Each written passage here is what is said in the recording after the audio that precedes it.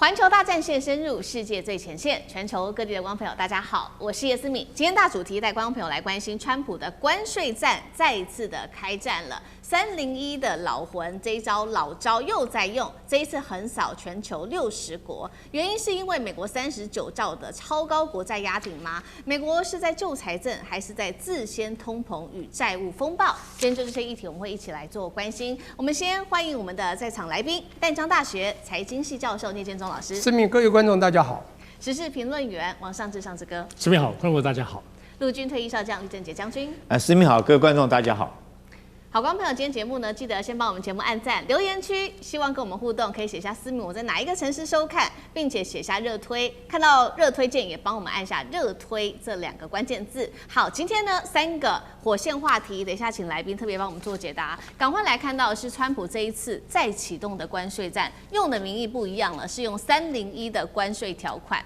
理由是什么呢？是说强迫劳动为由，一次对60个经济体来课征关税。这一招老招真的站得住脚吗？还是只是换个名目重启他想做的关税战呢？救得了美国高达39兆美元的国债吗？这是第一个问题。第二件事情，我们特别要来关心到的是，原本以为呢中美的关系已经逐渐的变好了，包括呢这次习川会，这个川普跟习近平感觉处得还不错啊，而且呢在川普离开了这个中国大陆之后，中美还成立了贸易委员会，没有想到，而当时呢中国也答应说要采购包括了美国的大豆跟波音的大单，但是没有想到川普这个脚才刚离开中国大陆，却立刻对中国加征10%的关税。这是中美谈判破局的意思吗？还是中国承诺不会兑现了？双方现在到底是合作还是互探底线？这是第二个问题。再来看到了川普这一次啊，在做这个关税战的重点原因，被专家指出，就是因为国债太高了，39兆美元，而且美国现在面临的问题包括通膨、衰退经济衰退，专家说恐怕达到35%。川普这时候重启大刀就能够止血吗？还是说会导致这个物价持续的推升？美国的老百姓本来就已经觉得压力非常大了，能够接受得了这最后的一招重击吗？今天就这些议题，我们会一起来做关心。美中的关系才刚刚看起来比较缓和了一点，川普此刻再度的翻脸，最新宣布了，因为呢有超过60个经济体没有办法有效遏止所谓的强迫劳动产品流入市场，于是要祭出关税大刀。赶快来看到了细节，包括了针对几个国家课征10%到12.5%的关税。10%的关税，这当中包括了台湾、加拿大、欧盟、英国等15个经济体。那么12.5%的关税还包括了大陆、日本、南韩、印度等等的国家。但是呢，也有针对一些的特别产品是没有收这样的关税的，甚至还下调关税10%，也就是美国现在比较需要的钢铝的制品了。8日开始就会正式的来做生效。比较讽刺的事情是，上次川普的关税战主要实施关税、课征关税的主要原因，就是因为美国的财政还有美国贸易逆差的问题，希望能够来救美国的财政。但是呢，我们看到最高法院已经最新认定它是违法的，而且呢，美国的问题、经济问题到现在还没有解决就算了，而且财务的问题还变得越来越严重，国债最新高达了39兆美元，占 GDP 的124%。这一次，川普再推301关税老招，能够救得了经济吗？那么，我们再来看到的是另外一件事情，是法院在裁定上一次的关税违法之后，美国海关还被要求要退还高达1660亿美元的关税。对于美国的财政压力来说，不就变得更为大了吗？所以今天节目一开始要特别先请教聂老师怎么看呢？川普这一次动用的301，还说是强迫劳动，站得住脚吗？尤其强迫劳动当中包括的国家有欧盟哦，欧盟国家一向强调人权的，也是强迫劳动吗？那上一次的这个关税被判是违法的，他这一次还是继续用其他招，要救国债能有效吗？聂老师怎么看？好，我横平的来讲一下我自己的看法哈。你说他现在用301方案来这个科其他国家的关税，到底合不合理？甚至强迫劳动这个问题，我必须先解读一下。我认为他这一次并没有很离题，而且我认为是比较保守的多了。各位犹记得，在去年4月2号，他刚开始打的贸易战，机关枪扫射全球最多的是6-7%。64%，然后除以2，他说我给你优惠一半，34%中国，32%台湾。用的就是你的赤字，它 deficit 除你的总贸易量这个 amount of 这个 trade， 那这个是一个很离谱的数学式，但很简单，对不对？那当时呢，他就拿了一个哈佛经济学家这个数字，就说这最简单，大家看得懂，我就磕你。他当时的目的是非常特别的，他这个是打机关枪打全球，他要的东西很多。你刚刚讲的国债的问题，我想要另该谈。当然，他想要用全球做提款机，把钱拿回来。还有一个，他要求所有有制造业强的国家，不管造船业的日本、韩国，或者是台湾的台积电，他用这种方式来把它要回去，或者是用一些政治打压。Anyway， 像巴西啊、中国的做法，我现在要讲是他打得很狠，当然法院就判他这个太离谱了嘛，没过。他现在其实这是比较保守了。坦白说，在2018年3月22号打的第一个贸易战，那个贸易战打的就是301方案。各位再回去爬搜一下，3月22号非常清楚，他就是拿了一个301方案告诉了全世界。那301方案是什么？我还是要解读一下。1974年一个叫 Trade Act， 它就是一个贸易关系法。这个法的确给美国，这美国定法他说要怎样，那他就可以控制世界，其他国家是定不了的。他就给美国的 这个叫 USTR， 叫美国的 Trade Representative， 就是贸易的代表，给他们有权利到世界各国去看这些国家，你有没有在贸易的关税壁垒中去加持？如果你加了，我就要磕你。还有你在生产产品，只要有不公平，对我美国不公平的，我就要磕你的税，或者做其他的一些压制。这里面包括有3大贸易障碍，我们在教这个国际经济非常清楚。第一个就是关税，第二个叫做 quota 限额，第3个叫 subsidy， 就是补贴。那强迫劳动，你可以当做它是在你的国家强迫劳动，然后做了一个甚至补贴了部分产业出来的，这样子他的贸易代表去调查你不公平，他就可以磕你。所以我必须说明，其实这一次的川普是比较保守了，他也不敢乱磕啦，因为上次的不会过嘛，他觉得这次就非常合理了。好，我要讲的，当然还有一个跟国安有关的这个东西只是对产品。大家记得301方案，当然除了产品，他认为你有不公平的对待，还有一个就是制裁权，他觉得制裁权是很不公平的。301打的时候，那时候是强调中国的制裁权。我现在讲一个，还有一个在1962年所丢出来叫 Trade Expansion Act。叫做扩张法案，那个法案更狠啊！当然，我们232你要知道，我们的台积电或跟科技有关，就会被磕到。它是什么东西？它是跟国安有关。好了，我讲太多事，我们就没有时间去这个科普。我现在要讲的是说，那到底这个关税它的目的是什么呢？你刚刚把它连结这国债，我觉得不完全尽然。当然，我们知道美国国债很可怕，从金融海啸2008到2001年是只有10兆。那么，当然在这 COVID-19 的时候就20几兆，到去年36兆，现在已经39兆，它很快会达到所谓的马奇诺防线的45兆那这45兆，美国就很麻烦了，不是光付利息啊，未来在国际的 credibility， 它的信用会大为失血，你知道吗？所以这个时候是一个问题，我必须说明一下，就是他当然可以拿点钱回来，这跟国债绝对是缓不济急啦。国债它要从其他地方救，但是它一定有，它只要打关税，打这些所有的国家，这些国家都有做一些他认为的不公平的贸易，所以他会去磕。他现在感觉比较合理了，但是他也还是想要拿这个做这个谈判条码。但我必须讲一下谈判的筹码。我现在还要讲最后一个，就是你刚刚讲到这个所谓谁买单的问题，关税高了是谁买单？卖家买单还是买家买单？这非常重要，叫弹性需求。今天有个价格弹性需求，今天这个东西如果弹性需求低，美国人很想要，请问人家客关税谁买单？当买家为了要就会买单，就必须低一点。就像你刚刚讲，他会磕低一点。如果他说我可以不要，可以不要，弹性需求很高，哎呀，你贵了我就不要的话，我跟你讲，你卖家买单，否则我就不要，这就可以课高关税。跟各位报告一下，大概就是这样一个概念。不过这一次比去年和缓多了啦。好，这一场关税战课到全球60个国家，不过当中还有一件事情，就是针对于跟中国大陆的关系是大家特别备受关注的。原因是因为当时这个习川会在举行的时候，看起来是这个川普非常有求于中国嘛。那当时中国现在后来的媒体报道也是说可能会买美国的大黄豆跟波音。那现在发生这样的事情，大陆接下来还会买这个美国的大豆跟波音吗？那采购订单还有可能兑现吗？上次哥怎么看？是的，我们首先还是要就这个301条款跟中美后来他们在北京峰会这个时间序来看。首先是因为今年2月的时候，美国其实联邦法院的部分，最高联邦法已经确定，川普想要在去年1整年，透过他个人的行政意志的这个关税高，那边关税低改来改去，已经确定把他这个权利剥夺掉了。所以随即在2月开始，其实就回到传统美国政府透过这个122条款，贸易法当中的部分有150天，也就是在5个月当中的这个可以暂时性的关税的这个过渡，所以开始进行301条的调查。也就是说，在川习会见面的5月之前，这个301大概在2月下旬已经开始启动调查。好，而且其中调查部分是大概约莫有60多个国家。那当然现在公布的部分呢，受到关税调整要求的部分10%跟12.5%的大概是40多个国家，46个国家。所以我们可以看，它其实一开始跟中美贸易谈判其实是没有相关的。它就是简单讲，就是说川普还是要关税，可是这个关税没有办法就他在去年当中为所欲为，所以要回到一个政府体制。我想301条款这件事情对于台湾已经经历30多年都很有印象的，过去非常严格。但我们看这一次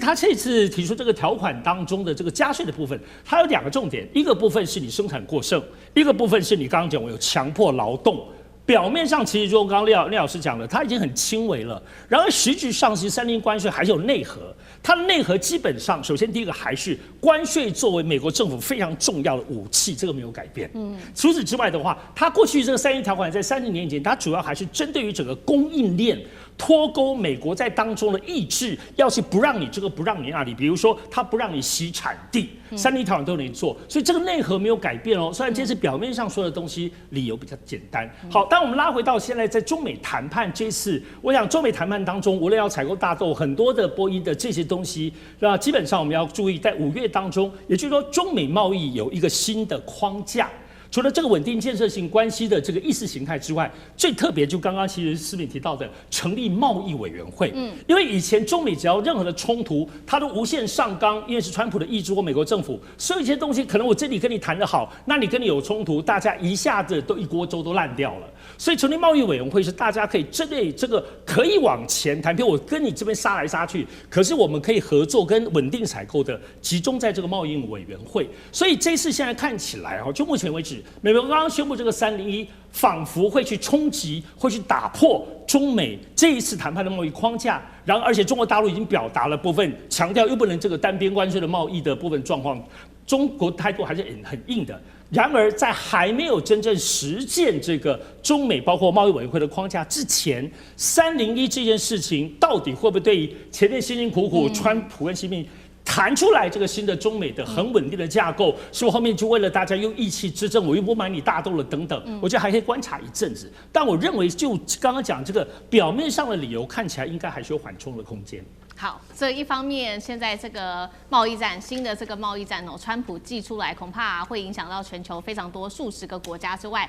其实美国的老百姓也非常的担心，他们认为说，现在美国的通膨已经这么的严重了，会不会你再继续的对其他国家课关税，跟上次一样课关税的话，会不会通膨问题变得再更加的严重？尤其是联准会最新严正的已经指出了，光是最近几周的时间而已包括呢，他说这个影响的范围已经从强度、速度变成中度到强劲了。影响的项目包括了航运啊、包装、食品、杂货、肥料，全部都因为中东的战事而这个价格大幅暴涨。包括了这位是前Pinko的首席投资长也警告，美国的经济衰退恐怕几率上升到35%，陷入油价会引爆的是通膨的一个螺旋。最后再来就是市场预估了，如果华许未来接任联准会主席，他要面对的问题是，确实现在投资市场看起来很热，但是美国自己内需呢，民众根本不买东西啊，内需非常的疲弱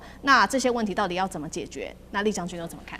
美国的通膨事实上从去年就已经开始了。那去年通膨很明显的是川普自己苛征的所谓的对等关税，由于那时候苛征的对等关税，那后来经过统计发现，大部分的这种负担都落到这个美国自己民众的身上变成美国民众必须要付出更多的钱来缴这个关税，因为同样东西嘛，你税务增加了，那我所谓有一句话叫做这个杀头的生意有人做，赔钱的生意没人做。那如果说我卖给你，我当然把关税加在你身上，除非说是你不买。那美国来讲，因为很多东西都是他生活必需品，他们自己国内自己没有生产，所以他必须要买。所以从去年开始，由于这个川普苛征对等关税，就造成通膨就已经在慢慢加温了。但今年这个3月份开始，由于伊朗战争爆发之后，造成油价的这种快速的飙涨。那因为美国人的生活习惯哈，他说出门他就一定要开车，每一家最少都是2部车子在那边开，不管你去上班或者到这个大卖场去买东西来讲，你都要用开车的方式。所以说油价的负担对老百姓的负担是非常重。那尤其再加上货物的运输，尤其像新鲜蔬果，你就必须要每天运输。那这个运输又是牵涉到油价的这个成本上面哈。所以美国通膨来讲，最近在从那个3月份以后，当然陆续的飙涨，到现在我们看到美国油价之所以降不下来，也就是由于伊朗战争没办法得到一个平息。那伊朗战争没办法得到平息，油价继续上涨，那美国通货膨胀自然会继续飙涨。那这次这个川普苛征这个301的这种关税，其实是他这个对等关税被法院判定违法之后，他翻他的工具箱里面又翻出这个301关税的条款。但事实上，大家评估过这个301关税条款，事实上是它所有工具箱里面最难用的。譬如说我们现在讲的，你这个用强迫劳动的这种理由，要对别的国家苛征10%的关税，那总共有60个国家，你是不是60个国家，一个国家分别要去跟人家谈判，要去谈这件事情？那每一个国家，他们的国情是不同的，经济状况不同。你不可以拿你美国的这个劳动的标准来衡量别的国家，那别的国家当然有意见了。那相对的，如果说你同时对60多个国家加征10%的关税，那会不会又重蹈去年的对等关税的覆辙，让这些关税又加在你自己老百姓的身上？所以我觉得这时候这个川普来讲的话，这个增加这关税，只有让美国的经济更加的糟糕，由于它的这个国债已经高达39兆，那靠关税这个冰冻3尺非一日之寒了。你想要靠征收关税来这个抵消你的通膨，抵消你的国债来讲，我觉得是缓不济急，也是做不到的一件事。好，谢谢厉将军。那我们休息一下，马上回来。地缘政治、美中之争、战略价值、强权崛起、小国生存，现在与未来洞悉事件走向，掌握世界脉动，全球观点尽在环球大战线。川普想要见穆吉塔巴，伊朗的最高领袖，是要求和吗？为什么这个时候发出这样子的一个讯号？今天我们来探讨。另外就是发生了大事情，科威特的一个国际机场突然间爆炸那在这个时候，包括了美伊双方都甩锅，跟这个科威特的方面也说，跟自己没有任何的关系。伊朗反咬说是美国的爱国者自己酿的祸。另外，今天也会来关心到是卢比欧自己说的，他说荷姆兹海峡现在到处都是伊朗所布下的水雷，美军护航沦为笑话吗？今天就这些议题会一起来做关心。我们要赶快来看到中东的战火，现在正式的延烧到了波湾国家。情势非常的紧张，尤其现在要来看到科威特机场突然间发生了这一场爆炸意外，造成1死63伤。来看一下现场的最新画面。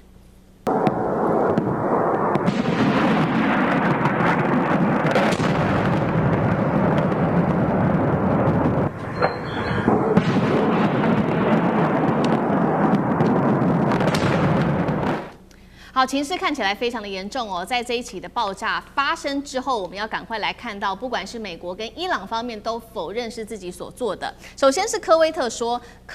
是伊朗发射的13枚的飞弹跟17架的无人机造成了这个民用机场受创。科威特一表态完之后，美国是立刻的跟进科威特表态说，他说确实是伊朗做的，而且是伊朗蓄意攻击的民用设施。如果美国说的话成立的话，那就代表说，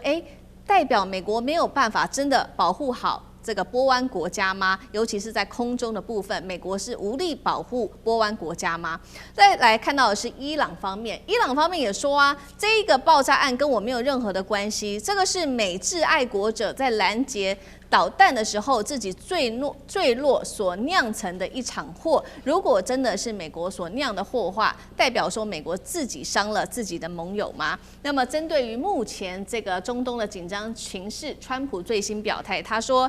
确实，美伊现在是停火的，但是只是代表说伊朗是以更温和的方式，现在对伊朗是以更温和的方式在跟伊朗交火。好，节目一开始先来关心一下科威特机场遇袭，现在美伊互甩皮球，证明说美国的保护伞已经不可靠了吗？川普说的，即使在和谈期间，那么美伊停火是已经名存实亡了吗？他说还是以更温和的方式在进行，怎么回事？聂老师怎么看 ？OK， 我觉得这一件事情，当然我们不是当事者，但是有一点罗生门，但是我还是觉得哈，那个当然我要选择相信，我会选择相信伊朗，因为现在看起来哈，伊朗它稳健的在走，它也不需要去做一些太多假讯，但是美国呢却这样一直很跳动。我要讲的是说，因为这一次呢会发生这件事情，我觉得跟荷姆斯海峡一艘油轮，伊朗油轮被打有关。当然是川普呢说和谈从4月7号大概开始就没有什么真正战事，但是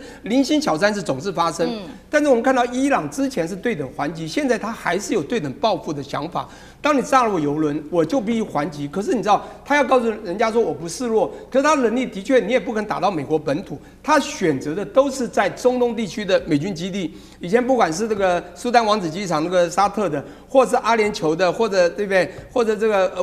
乌代德，对不对？所有的他在或者巴林的这次他又打巴林啊，打巴林那个海军基地，因为他是对等还击这几个地方。但这一次呢，他打到这个科威特，因为科威特其实有非常多的美军基地啦。那它这里面有包括它的最少2个空军基地，一个是这个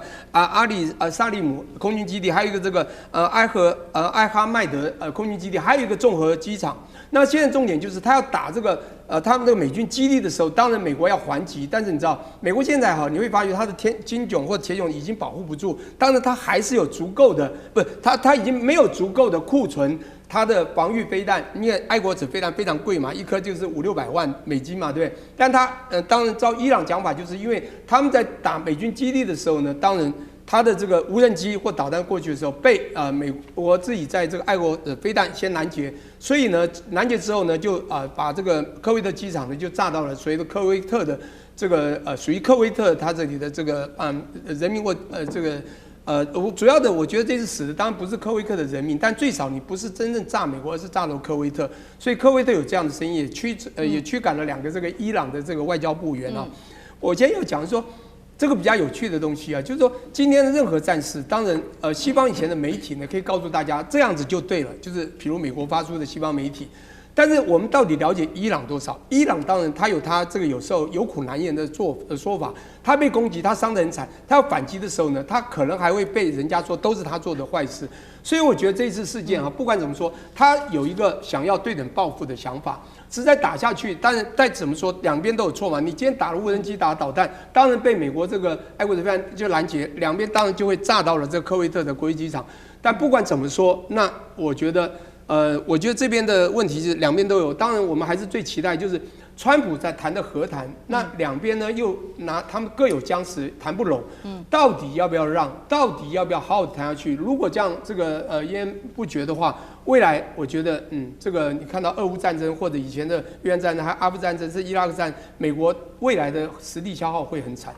所以现在看起来是说，接下来的和谈到底有没有望？刚刚聂老师也帮我们特别提到了。那其实最新进度是，川普确实有在放话，他说呢，这是真的吗？他说伊朗已经同意要放弃核武了，而且他甚至还说呢，他可能会见这个伊朗的最高领袖穆吉塔巴，并强调说，我跟穆吉塔巴其实处得非常好。那大家或许就很难相信，因为呢，我们看到过去呢，川普在跟世界上的几位强人交手的时候，也常常说我跟他关系很好。那我们稍微回顾一下，包括当时有这个川普跟金正恩嘛，他说，我们两个之间非常的有化学反应。那川普跟习近平他也说，美中之间很快会达成大交易。跟这个普丁的时候，他也说我跟普丁的关系一直都很好。所以是不是这一次穆吉塔巴他有什么事情，希望跟穆吉塔巴来做交易，甚至希望能够稍微在关系上面有所降温呢？再来就是现实面了，到底川普说的伊朗很快要放弃核武是不是有可能？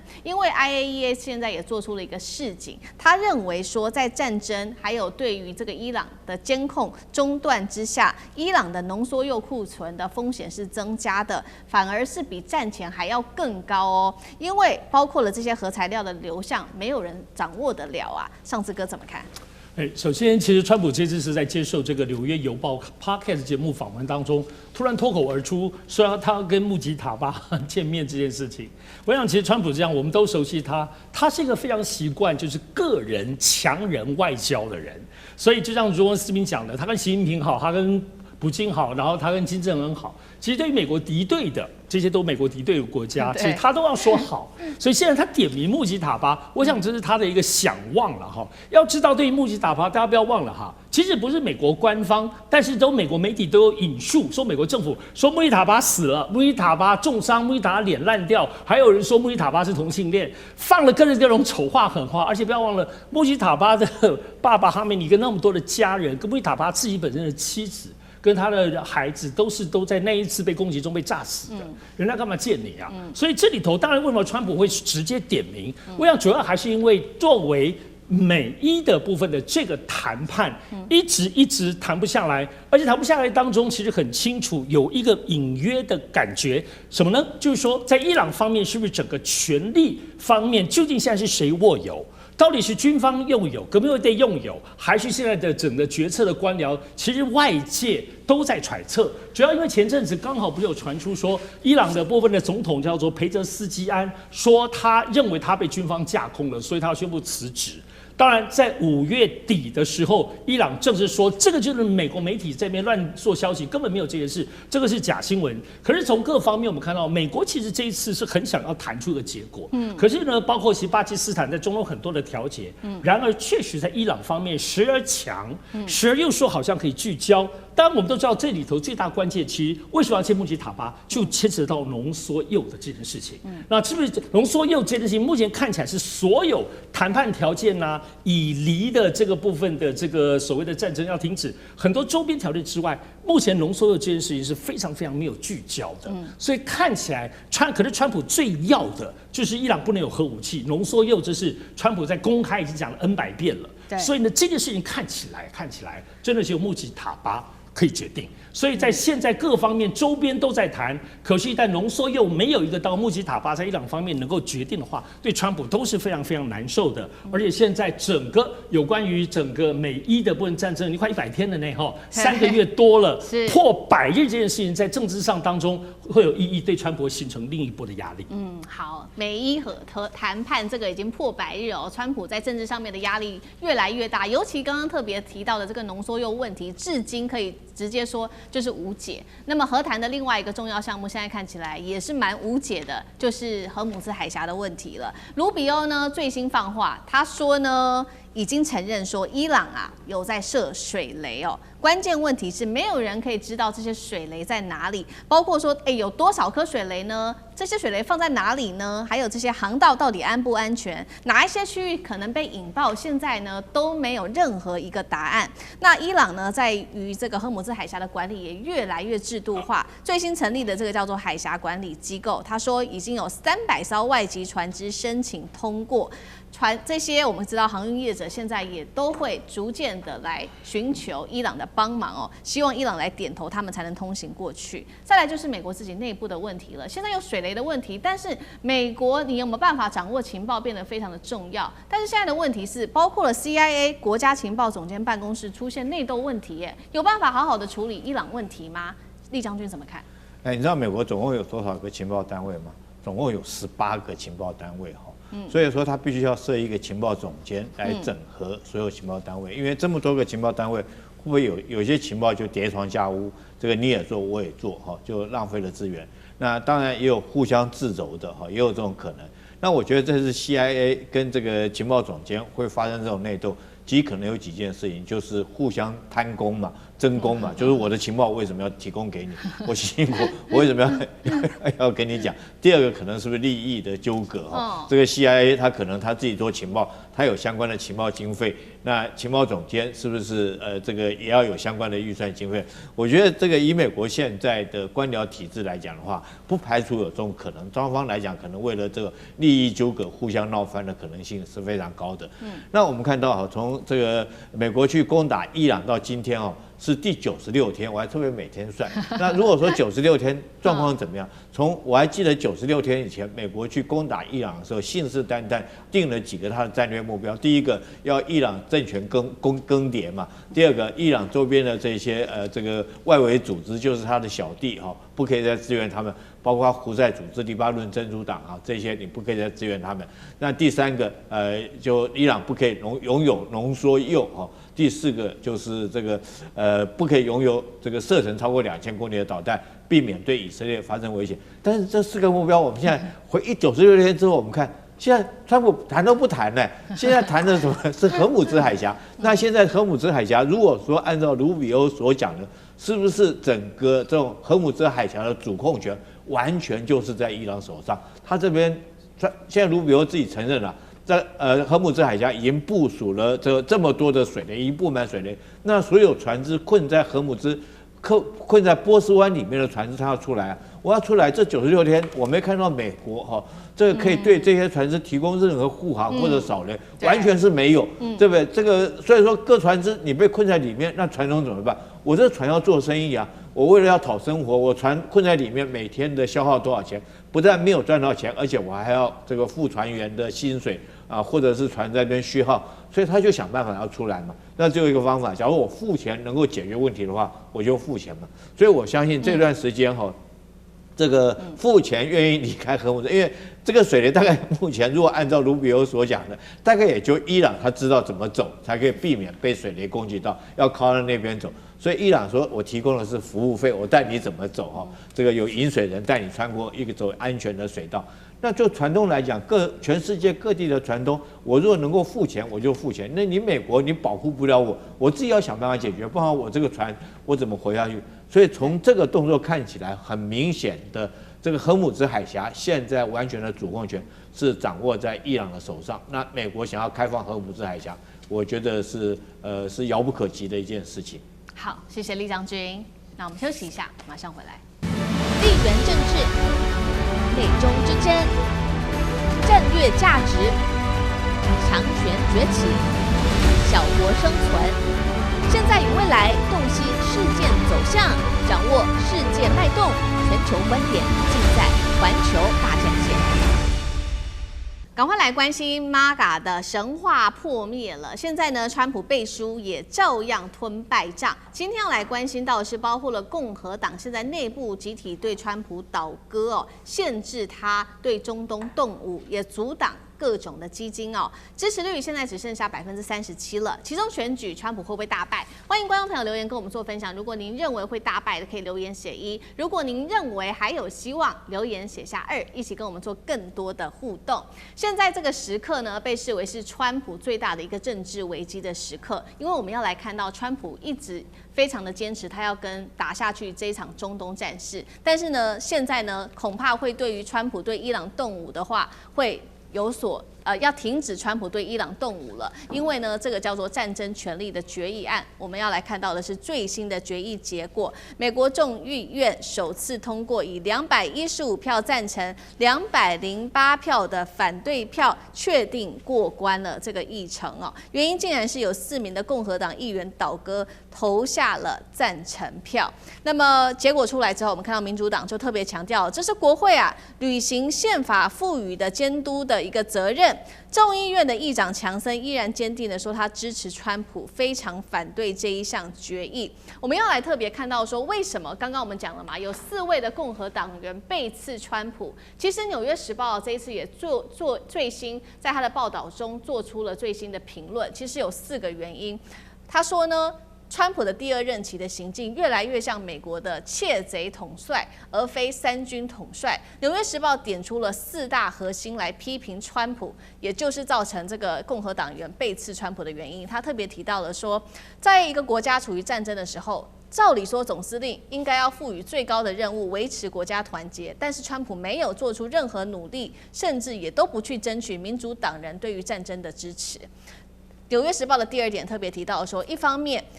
川普要求美军承担战争风险跟牺牲，但是另外一方面却被指出试图动用国家的国库资源，让自身、家族还有政治盟友们一起来受益。第3件事情，纽时特别点出，这些盟友甚至可能包含了2021年1月份冲击国会大厦的这些暴徒，在川普使用纳税人的钱设立了17.7亿美元的小金库之下，现在他们还可以拿到补偿金啊！这些原因是导致共和党员倒戈的一个重要原因，任谁也都无法接受。所以节目一开始要来特别请教尚志哥如何看共和党人员倒戈的原因。首先结论就是说，共和党为什么倒戈？那我们倒戈会不会对于川普来说会有跛脚的情形？大家在台湾谈最多的就是跛脚啊。那当然，我们首先看川普现在面对的这个国内国外的环境，还是3大的。第一个部分，当然内部通货膨胀。那么通货膨胀最大原因还是包括现在外部的这个中东战争哈，一直都没有办法解决。而且这里头就牵涉到还有一个东西，其实有关于他自己关税啊各方面，在他这点行政权力当中，也就是说所谓的这个执政的行政权力受到了阻碍，受到了这个参众议院的这个阻碍。所以是不是跛脚啊？我们通常来看他的部分会受到什么样的影响？首先第一个部分就是确实是看一个总统有没有跛脚，主要看他的民调。刚刚前面讲他的民调已经跌破37%，基本上如果你跌破50%的话，在美国过去的经验的话，很可能就会影响到你的众议院的选举。我们知道众议院跟众议员，美国众议院当中是更接地气的哈，跟地方上当中很紧密，也就民生的部分是什么样，他讨厌你喜欢你，在这个政党上是众议员是非常非常直接冲撞的。所以除了民调之外，我们看第二个其实就是牵涉到整个国会议员，特别是共和党同党议员到底支不支持。那么这次美国众议院在历经前3次被推翻不成立，这次竟然能够通过对于这个伊朗动用武力的这个最关键的权力的限制，而且这里头有4位共和党，主要是谁呢？其实大家知道共和党当中是哪些人现在开始在反川普，或者不见得跟川普站在同阵线，是这样子。大家注意哦，现在在整个所谓的其中选举的初选。共和党的初选要选谁选谁，川普还是有生杀大权哦。可是唯独有一些人，唯独有一些就是他要卸任了，唯独有一些他们也是老神杠，在众议院很久了，他们不需要经历共和党内部的初选。现在这些共和党员看不爽川普，而且民间压力这么大，他们成立的一个YOLO叫做优乐的联盟，就共和党当中的正议员。这阵现在基本上跟川普就是反着干了，因为他们初选也不会被你川普卡，他们可能后面选完这一任之后，他就要卸任了，所以他们其实态度很坚毅。这4位共和党议员就是这个，不是说反川普，他们就不受川普威胁的。所以第3个，我们再看是不是川普会跛脚，主要就看现在其中选举募款的状况。现在共和党募款遥遥领先共和党哦。你看川普不是很有募款魅力吗？没想到现在民主党的募款是共和党的2倍多，在其中选举上。而且我们看现在其中选举在前期的选举当中，乔治亚虽然没有说还是共和党赢了，可是过去乔治亚遥遥领先都是30几%、40几%，这次竟然只赢了12%而已，所以真的萎缩了哦。那大家关注的川普所在佛罗里达州跟威斯康星州，那这次更是变天，被民主党拿走了。所以现在我们看到赌盘哦，现在赌盘当中认为这是其中选举民主党会赢的，竟然高达80%。到目前为止，当然后面可能会有很多变动，但从这些种种迹象可以看得出来，现在还不能说川普正式的跛脚，因为权力还在他手上。但是如果其中选举众议院后面被民主党现在更大可能拿回去，眼前我们看到这一次众议院竟然通过了这个限制川普的法案当中，应该就是一叶知秋了。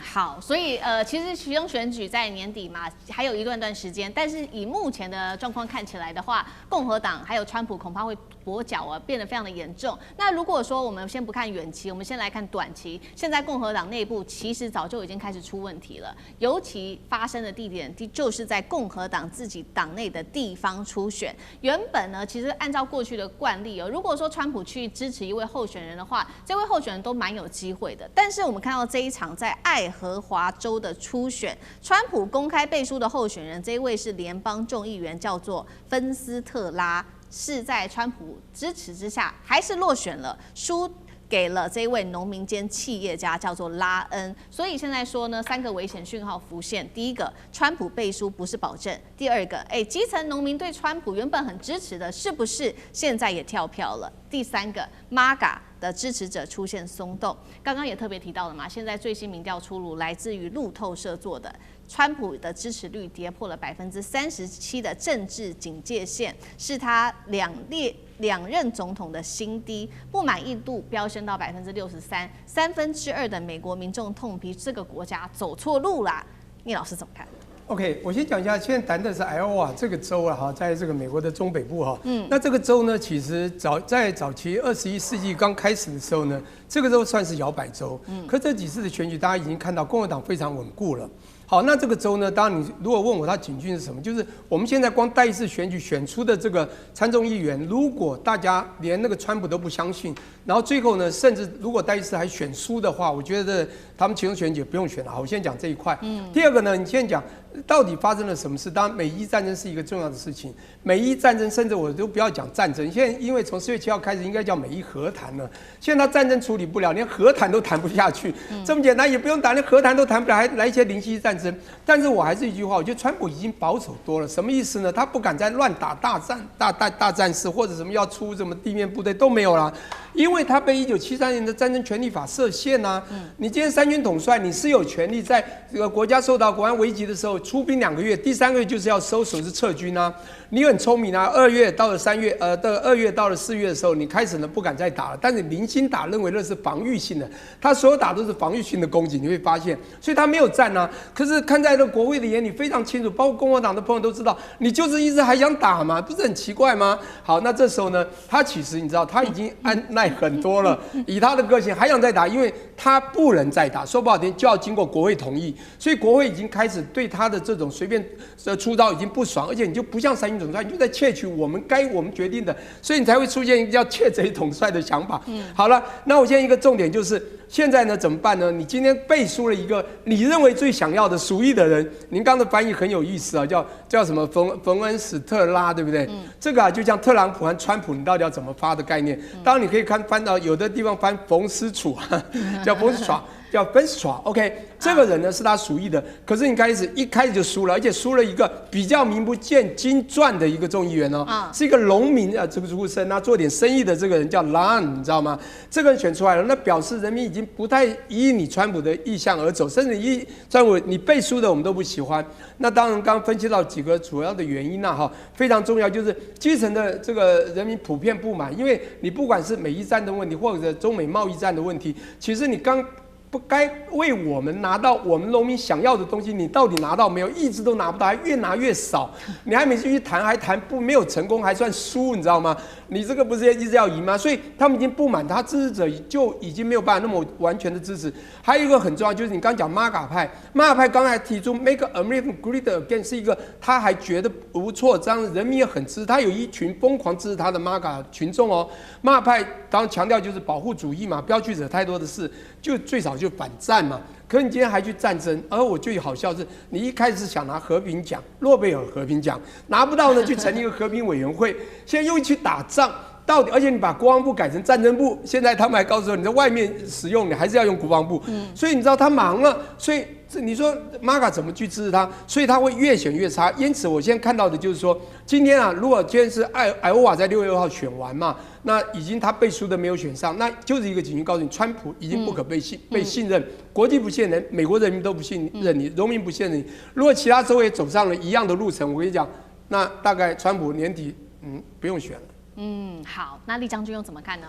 川普原来刚当选的时候，他是美国总统哦，后来变成共和党的总统，之后他又变成 MAGA 的总统。我看现在可能只是少部分支持者，所以他的支持率剩下是37%哈。那我们就叫他说是37%的总统。从几件事情，为什么会发生这种情形？第一个，其实老百姓眼睛都是雪亮的啦。你总统做的所有事情都要经过老百姓的检验。哈，这个第一个，以这次波湾战争发动来讲的话，我们很明显看出来，前方吃紧，后方在紧吃哈。前面在打仗，结果川普利用战争在做他的商业经营。利用战争，我们都知道，这个从3月份开始打这场仗以后，我们经常就听到说是时间一到了，这个他就放出利多的消息，然后等到股票大家都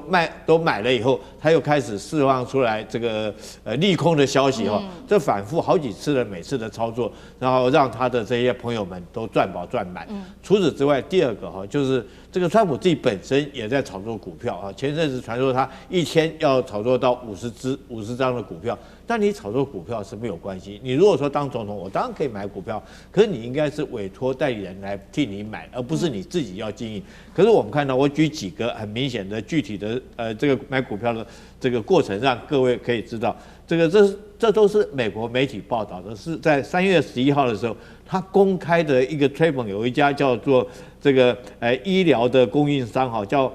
赛默兹菲士尔的哈。他自己他吹捧完以后，大家才发现说，当天他就买了1.5万到5万的美金啊。之后当天他又去看苹果，也是吹捧苹果，结果当天我们发现他买了25万到50万的苹果的股票，甚至于说3月25号，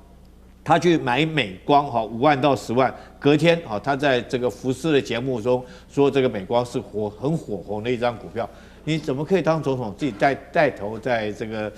炒作股票？所以老百姓看在眼里啊。之所以除此之外，我们看到他更离谱的事情是，他借着说是国税局查他的账泄露他这个税务的机密资料，所以他自己去告他自己政府里面的国税局，要求国税局成立一个17亿美金的一个基金当做他小金库。那这个小金库干什么呢？去做一些补偿当时这个受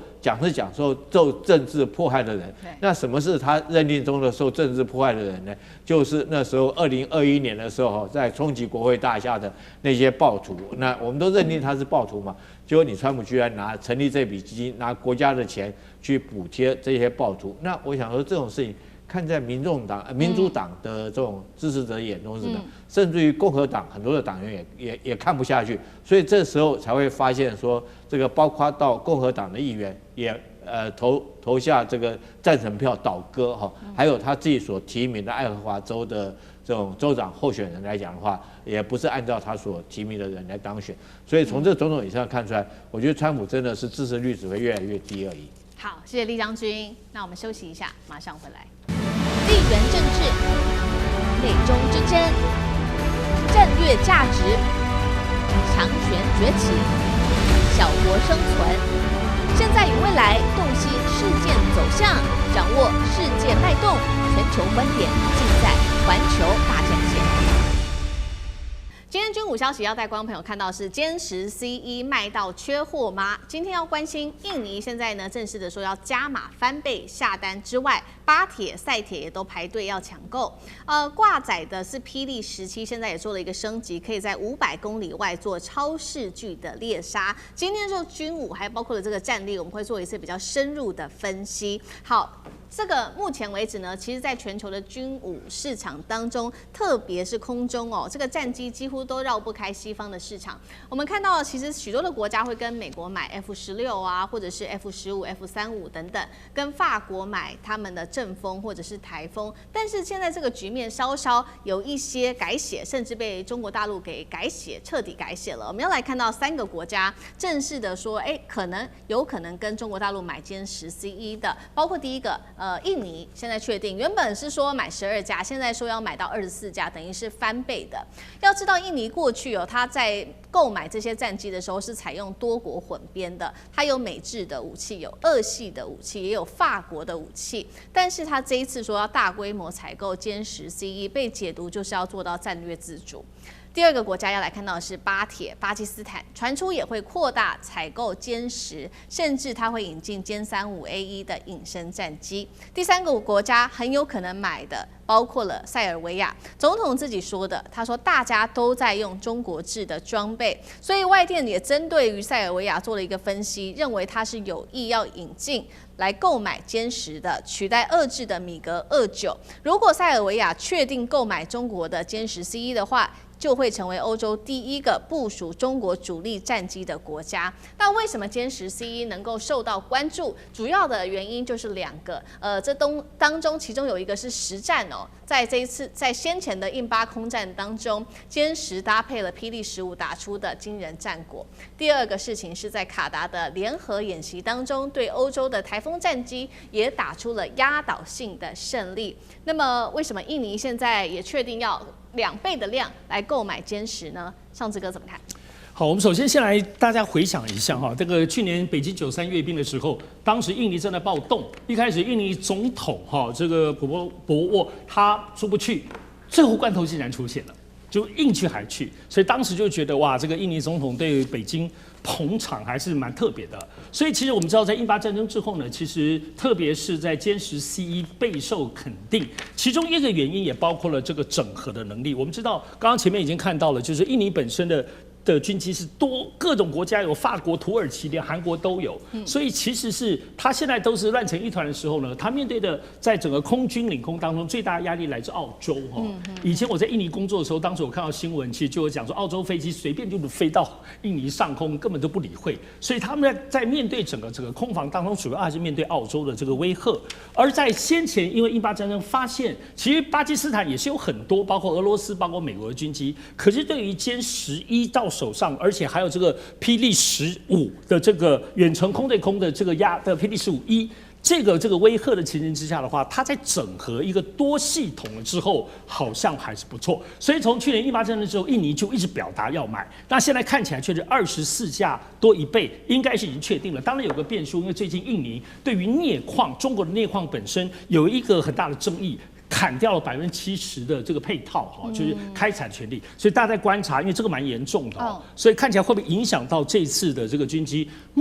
到目前为止好像还好，主要因为印尼作为经济的这个所谓的国家主义跟外交战略是分离的。刚刚讲去年他们总统去参加北京的这个阅兵，大家交情也不错，而且主要还是这次可能90亿美金的这个采购，不付美金，付的是什么呢？本币结算，两边是各式各样，主要是人民币，而且还有以物易物。印尼的这些橡胶啊，各方面是这个所谓这个采购金额总体，所以它就不是一个单单的一个金额，像美金在采购，所以它的影响性看来，单单镍矿这个冲突应该不会影响到这次的军购。好，所以印尼现在眼前比较急迫的事情是有来自于澳洲的威胁，急着需要买歼十。那等一下也会来看到赛铁跟巴铁到底为什么也急着要买歼十呢？等一下请聂老师来带我们看。我们先来看一下歼十它的战力，因为呢主要原因就是它有大幅的提升，所以也增加了这个各国的购买欲望。那我们来看到细节的部分，歼十 C 最新曝光的是它的新型的这个叫 DF43的一个挂架，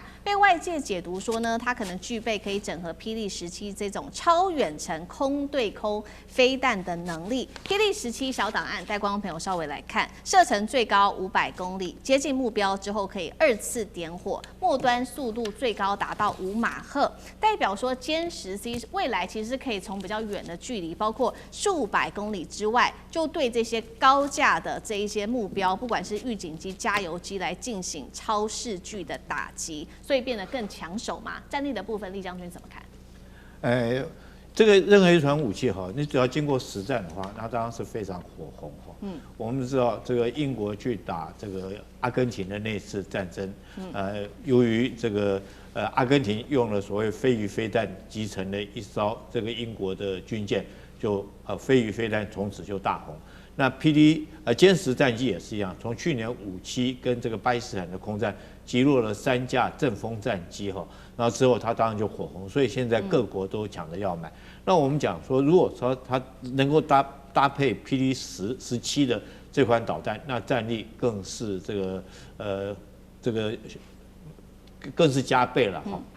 那怎么讲呢？因为霹雳17它在去年的57空战，它用的导弹是霹雳15。射程大概180到200公里，那霹雳17可以1倍的射程到400到500公里。那歼十 C 为什么可以这么远，可以有机会击落呢？第一个就是它的雷达很强，它的雷达叫 KJL 这一款雷达，它的探测距离可以到500公里之外。所以它可以比其他的飞机更早发现敌人的飞机哦。然后当然，